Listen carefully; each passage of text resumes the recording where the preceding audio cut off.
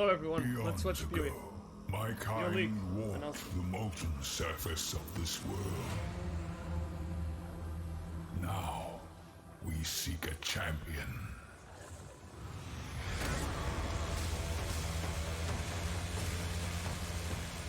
You must endure the heat of the Crucible.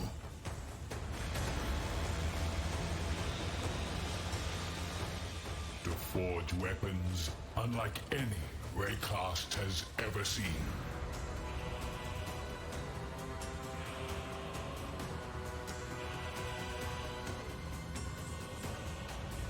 Take up the power of the Titans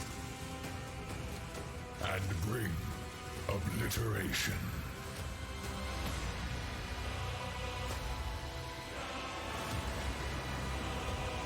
Trailer looks good.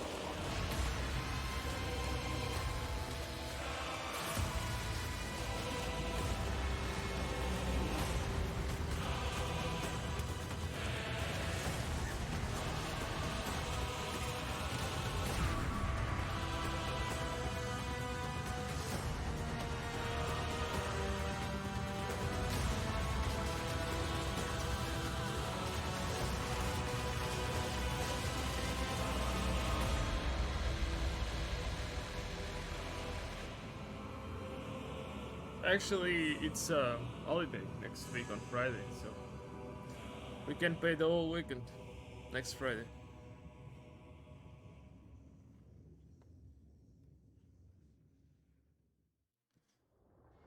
In pathofexile Crucible, you'll learn about an ancient race of Titans who once shaped the primordial surface of Rayclast. In this league, you will earn the ability to forge their power onto your weapons. And what form does that power take? In an iconically pathofexile way, it's the ability to imbue your weapons with their own passive skill trees. These Crucible trees can have quite an impact on your character build.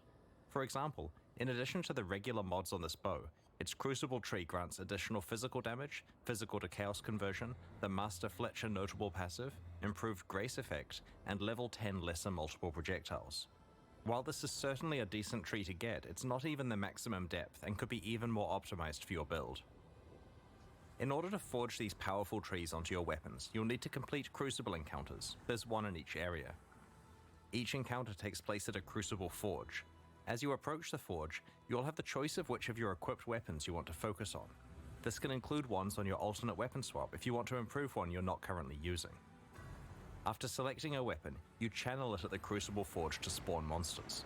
The longer you channel for, the more dangerous and rewarding the encounter becomes. As you spawn additional monsters, they combine together to create larger and more fearsome foes that grant even more experience for your Crucible passive tree.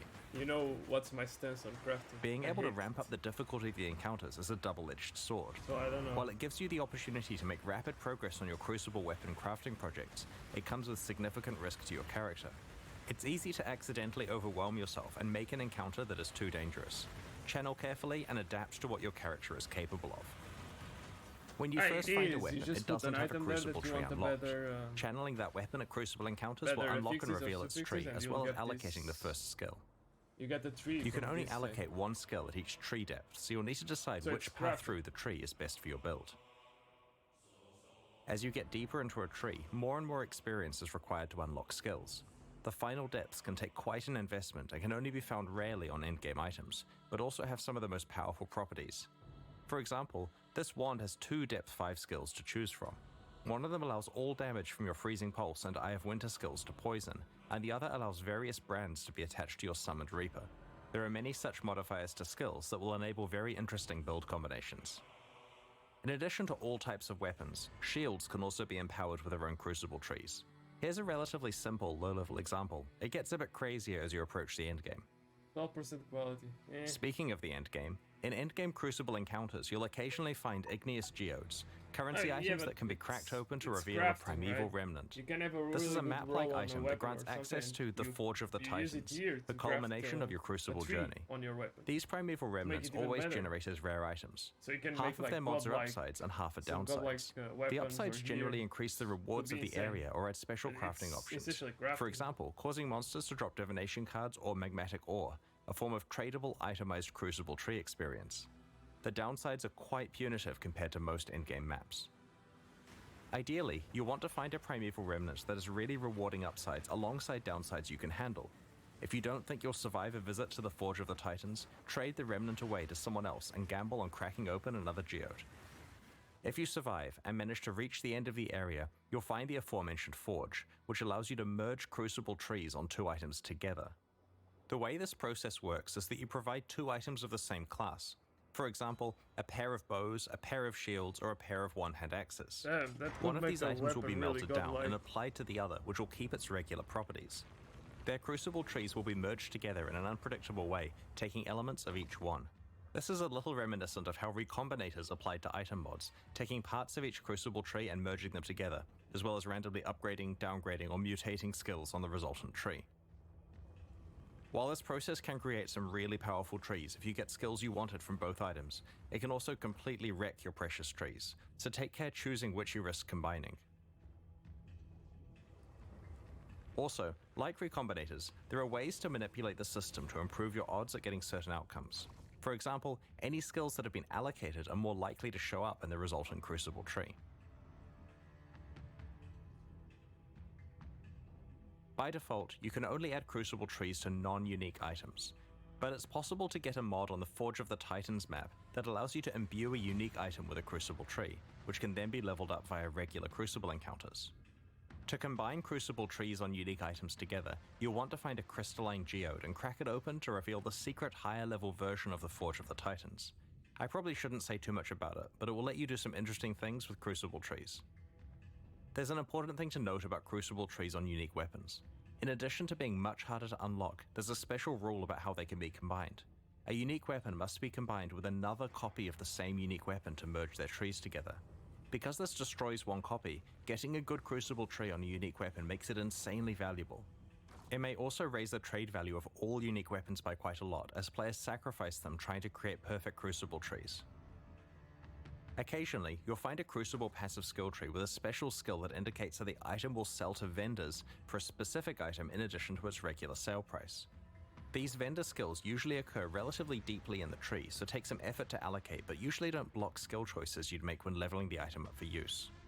The presence of these skills presents you with an interesting choice about whether you want to use the item or sell it to a vendor, and whether you want to spend your crucible experience either revealing new trees to hunt for good skills, leveling up items to use, or leveling up items to sell. Crucible also features its own unique items you can earn. For example, El Abin's Visage, a unique helmet, is special in that it's the only armor piece other than shields that can receive Crucible passive skill trees. Wearing it allows you to double down on certain properties that are only available through these trees. There are several other unique items exclusive to Crucible for you to discover in this league. Crucible is a dual combat crafting league with a focus on encounter difficulty scaling and deep weapon customization with a power level that we have never seen before. Without a doubt, some of PathofExile's most powerful weapons will be forged in Crucible. We can't wait to see what you manage to create. Like all recent PathofExile expansions, Crucible includes a lot of changes with the goal of improving PathofExile's endgame. One area we wanted to address was mobility on the Atlas passive tree. Often, you'll find yourself in a situation where you want to specialize in leagues that are on entirely different sides of the Atlas tree, or maybe you want to focus on the type of altar that isn't near the leagues you have picked. To solve this, PathofExile Crucible introduces Atlas Gateways. These are nodes that you can allocate on the Atlas tree that allow instant travel between 2 locations. Oh, that's cool. There are 3 pairs of gateways, each allowing travel from the left side of the tree to the right side, or vice versa. Each end of the gateway consumes 1 Atlas skill point to allocate, but will potentially save you large amounts of travel points.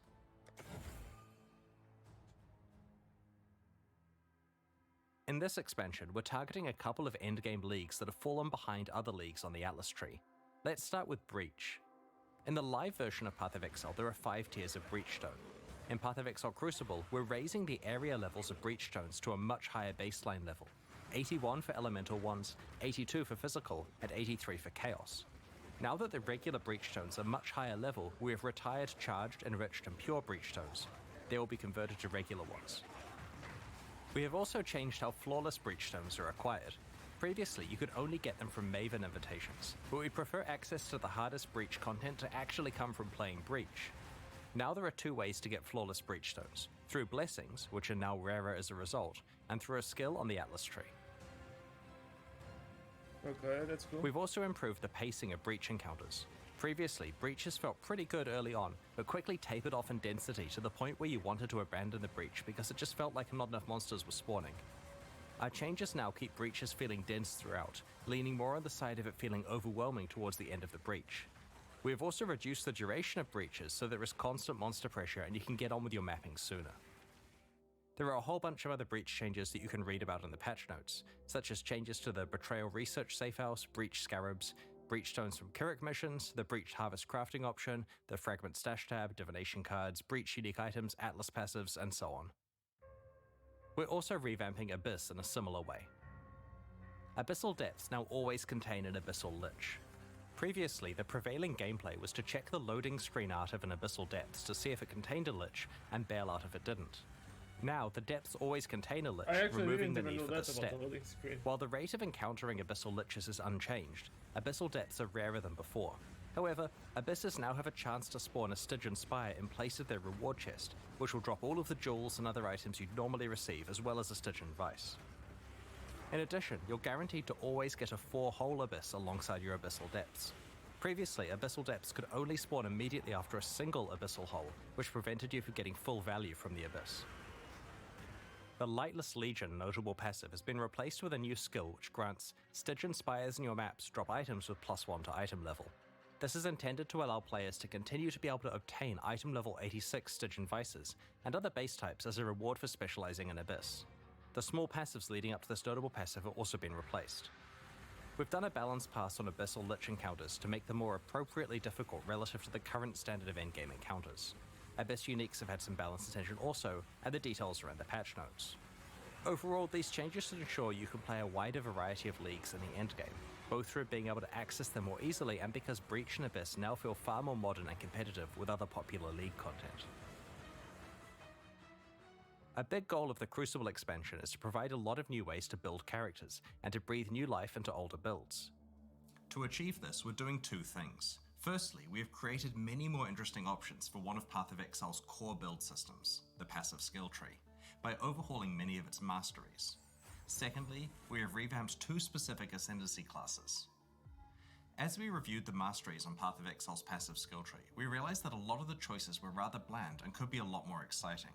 We went through the masteries one by one and tried to come up with as many interesting stats as we could, ignoring what was currently there. Once we had a short list of high quality stats, we added in the existing ones that used to be on each mastery and picked the 6 best. All of the leftover ones have been saved for later or used in places like unique items. This process was performed on approximately half of the masteries on the tree, initially targeting the ones that needed the attention the most. Previously, some masteries only had 4 options, so we've tried to increase as many as possible to 6 options. We've also added a couple of new mastery types that we felt were missing. Closer to the camera. Let's look at an example, the life mastery It's choices. always weird. It's always You can see some of the interesting new options, such as the ability to manipulate your low life and full life thresholds, which allows you to more effectively use the damage while on full life support gem and many unique items. Getting a large increase to maximum life when you have no life on your body armor not only works really well with a whole lot of unique items, but also opens up new prefix composition options for rare body armors. Here you can see the armor and energy shield mastery has more options available than before. The other thing we focused on with this one is tying the mechanics together better. Instead of some being about armor and some being about energy shield, we've tried to make sure each really emphasizes having both armor and energy shield. On the Leech Mastery, we've combined the 3 increased life mana and energy shield recovery stats into one choice that affects all of them. The space we've freed up has been used to add some powerful new options, such as a portion of your Leech applying instantly. The Spell Suppression Mastery also has many interesting options. Your chance to suppress spell damage becoming lucky is extremely useful before you've optimized your gear and haven't reached 100% yet. The third option rewards you for stacking more than 100% spell suppression, which previously had few benefits. Now it's something you can plan your itemization around. While looking at masteries, we noted that there were some mechanics that didn't have enough passive tree support, so we decided to add some more options and passive skill choices for those mechanics. We also wanted to grant more access to certain types of masteries in specific parts of the passive skill tree. For example, in order to allow more access to the attack mastery, we've added an attack cluster by the Templar and one between the Ranger and Shadow. We wanted to create more access to other forms of recovery such as regen and recoup, so we've added some new passive skill clusters. Note that there is now a new mastery called Recovery. We've also added more capacity for investment in certain mechanics that we felt could be improved, such as link skills, stun mitigation, and marks. These mastery improvements and passive tree changes are just some of the ones introduced in Path of Exile Crucible. We look forward to your feedback on the rest when you check out the passive skill tree next week. While going through Ascendancy classes, we identified two that needed work, the Saboteur and the Pathfinder. Both have been significantly changed in Path of Exile Crucible. These changes reinforce their respective identities while adding some new options to build around. The Saboteur is definitely the Ascendancy class most aligned with traps and mines, but the old version of the Saboteur made it difficult to play anything but traps or mines. The new version has more builds available, including a whole new specialization, triggers. There are two notable passives that help with this. Like Clockwork grants you the increased cooldown recovery rate stat, which is a pretty rare one. This is great for triggered spells as it indirectly increases their damage. This notable also makes your enemies have longer cooldowns, which can be useful in certain boss fights, for example causing the Maven's memory gain to occur less often. The Perfect Crime notable passive summons two trigger bots, which override the location of where a triggered spell is being cast, and instead causes it to trigger twice, once from each of their locations. The layout for the Saboteur's trap and mine Ascendancy passives has changed, so that there aren't separate 4-pointers for traps and mines. Now each one has a 2-pointer that is connected to the same shared 4-pointer. We have also completely reworked Bomb Specialist to be specifically tied to area damage, so it's a slightly more general skill. It both gives you some area damage as well as some defense against incoming area damage against you. The Pathfinder has been overdue for some attention, especially with recent features such as concoction skills that she could get the ability to specialize in. We also wanted the Flask themed Ascendancy to have a proactive way of improving life flask usage. Seems like Master too much Distiller clicking, allows you to turn most of your skills into concoction-like effects. Master Surgeon now effectively gives all of your life flasks the Enduring effect, previously only found on mana flasks. Finally, both of the major flask-themed branches now have some form of flask charge recovery. There are other improvements to the Pathfinder Ascendancy, such as Nature's Reprisal, now interacting with Wither to improve all forms of your chaos damage, rather than just attack forms of it. Check out the full details in the patch notes that we'll be posting after the livestream. Path of Exile Crucible introduces 9 new Val skills. Last expansion, there was an emphasis on melee Val skills. In Crucible, we're making sure that many other types of builds get new skills to build around. Val skills let us introduce quite powerful effects that we couldn't normally give to a regular skill that can be used constantly. They also implicitly act as a buff to the underlying skill. Val Absolution upgrades one of your Sentinels of Absolution into an Apparition of Innocence. You can only have one apparition at once, but just check out these massive AoE skills it uses. That's cool. Val Arctic Armor instantly encases you in ice, preventing non-instant actions including movement, but granting massive damage reduction against hits. After a short duration, it also starts to regenerate your energy shield and mana at a fast rate. Both the damage reduction and regeneration last for a few seconds, or until you have been hit 3 times. It cannot be manually cancelled. Because the skill is instant, it's a great emergency button against dangerous boss slams. It also makes you count as being frozen, despite Arctic Armor normally making you freeze immune. Having another way to self-freeze may be of interest to a few mad scientist build creators in the community. Val Lightning Arrow fires a barrage of piercing projectiles that cause lightning to strike nearby targets whenever they hit an enemy. After a short amount of time, or when they collide with terrain, the arrows randomly change direction and continue flying. This occurs a number of times before the arrows expire. Each arrow can hit the same target once per redirect. Because the arrows travel for a set time before redirecting, rather than a set distance, projectile speed modifiers affect the distance traveled. High projectile speed lets you clear out huge areas with them, while reducing your projectile speed increases the chance of them hitting the same target multiple times.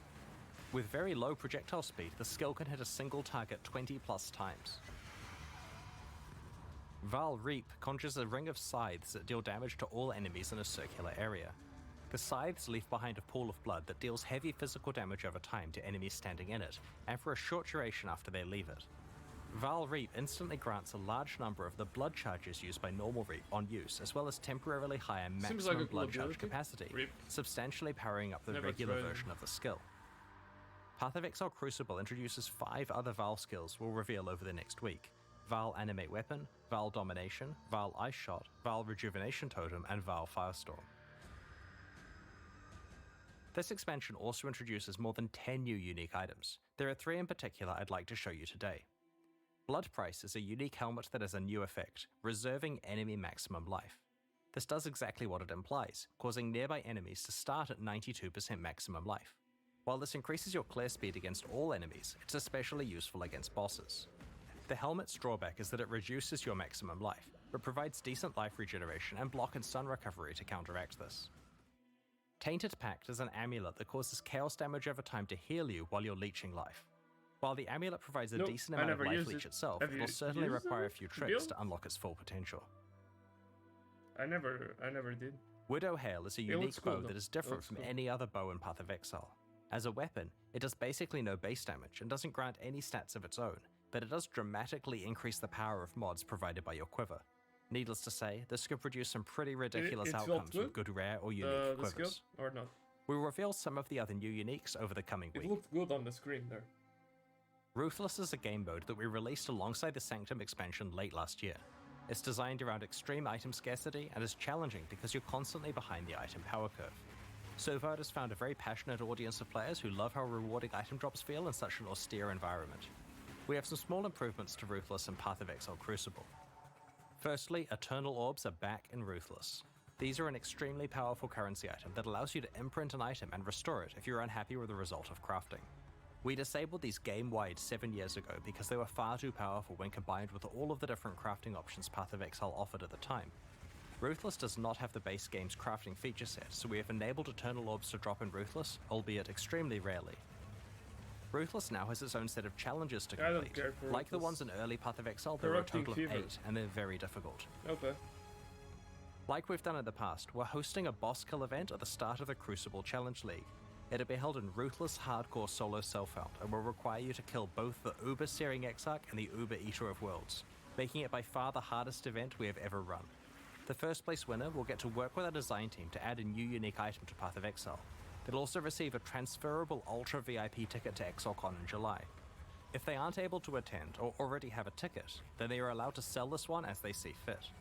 Second and third place finishers will receive a transferable VIP ticket to ExileCon that can also be sold at their discretion. If you'd like to enter the event, just create a character in Ruthless Hardcore Solo Self-Found on launch day. Best of luck to everyone. On the weekend of July 29 to 30 New Zealand time, which is July 28 to 29 for much of the rest of the world, we're going to be hosting ExileCon 2023 in Auckland, New Zealand. While tickets to the in-person event are very hard to get, we'll be streaming the entire event for free. At ExileCon, we'll reveal our latest updates on Path of Exile 2, Path of Exile Mobile, and the next Path of Exile 1 expansion. Make a note in your calendar, tell your friends, and don't miss it. The second day of the Path of Exile livestream culminates in a competitive race event between some of Path of Exile's best players. In order to select the 4 competitors, we're going to run qualifier events during the months of April and May. The winner of each event will receive a VIP ExileCon ticket, return flights to Auckland and accommodation, and will compete in the race event live on stage. All 4 qualifiers in the final event will be run on the 3.21 version of Path of Exile, which has received a fair amount of early game balance work that will change the racing meta quite a lot. You'll be able to read more in the patch notes. Once 3.21 releases next week, you'll be able to solve the new meta, practice hard, compete in the qualifier events, and hopefully win your place on stage in July. Alongside Path of Exile Crucible, we're introducing a few new types of microtransactions. An example I wanted to describe today is that of mannequins. These are hideout decorations that you can place to show off sets of microtransactions you have assembled. You can equip them with your spare micros and pose them in various ways. It's also possible to swap your entire outfit with a mannequin's one, which lets you easily store micro sets to be retrieved later. I don't want to, show off, so I won't go. Other new microtransactions coming up include wrapping paper, which lets you gift wrap items to hand to other players, or even drop in town for random people to pick up. Today we're launching 2 new series of supporter packs, the Lithomancer and Enchanter packs. Each tier contains the pack's full face value and points, alongside several exclusive microtransactions. These packs are only available for the duration of the Crucible League, and will leave the store forever when it ends. As always, the microtransactions in these packs are purely cosmetic and do not affect your character's power or progression in any way. The Lithomancer series of supporter packs contains 6 exclusive microtransactions. The Tunnel Bear isn't just adorable, he will also take the place of the Crawler in Delves, lighting your surroundings and laying down cables. That's cool. Apparently, this is what happens when your bear gets into a kilo of sulfite. might explain what happened to Nico. The Ring of the Demon Slayer attempts to exorcise rare and unique demons when you hit them. The souls of defeated demons are banished to the depths below.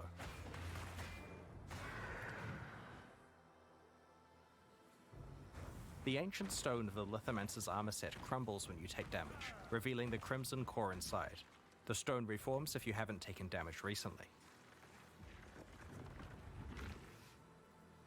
A sip from the ancestral granite flask causes a Kurui ancestor to appear and surround you in protective wards.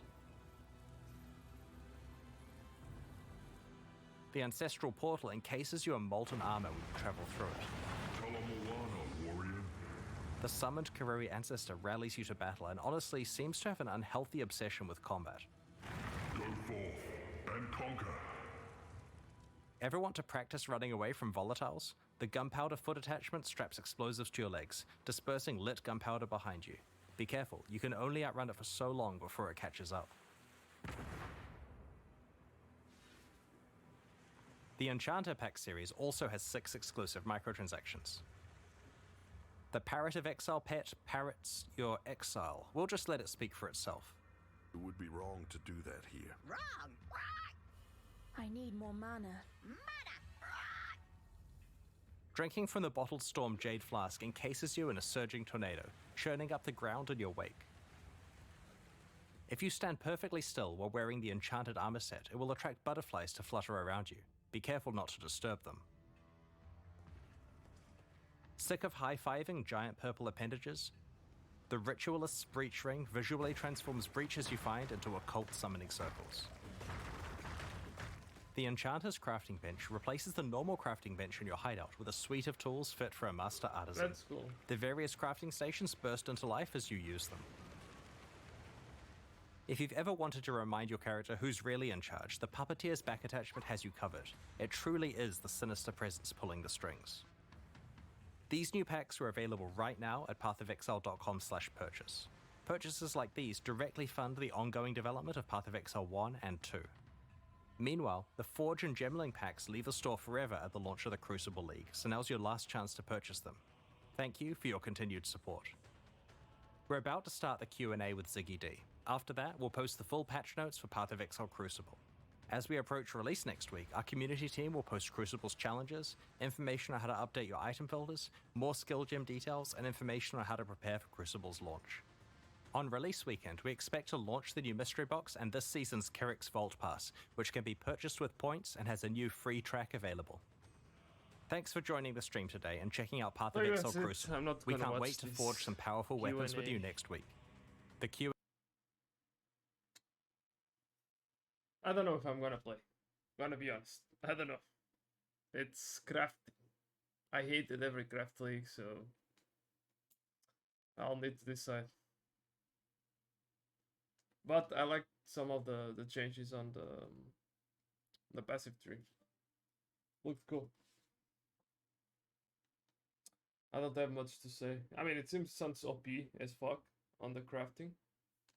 But I don't see myself interacting much with that league mechanic if I play, so if I play it would be just to interact with everything except, you know, this new Crucible thing. Only, like, I could interact with it, but it would be to sell items that I get there, because I can't. I dislike crafting and trying to get a perfect weapon roll and whatever. That's not for me.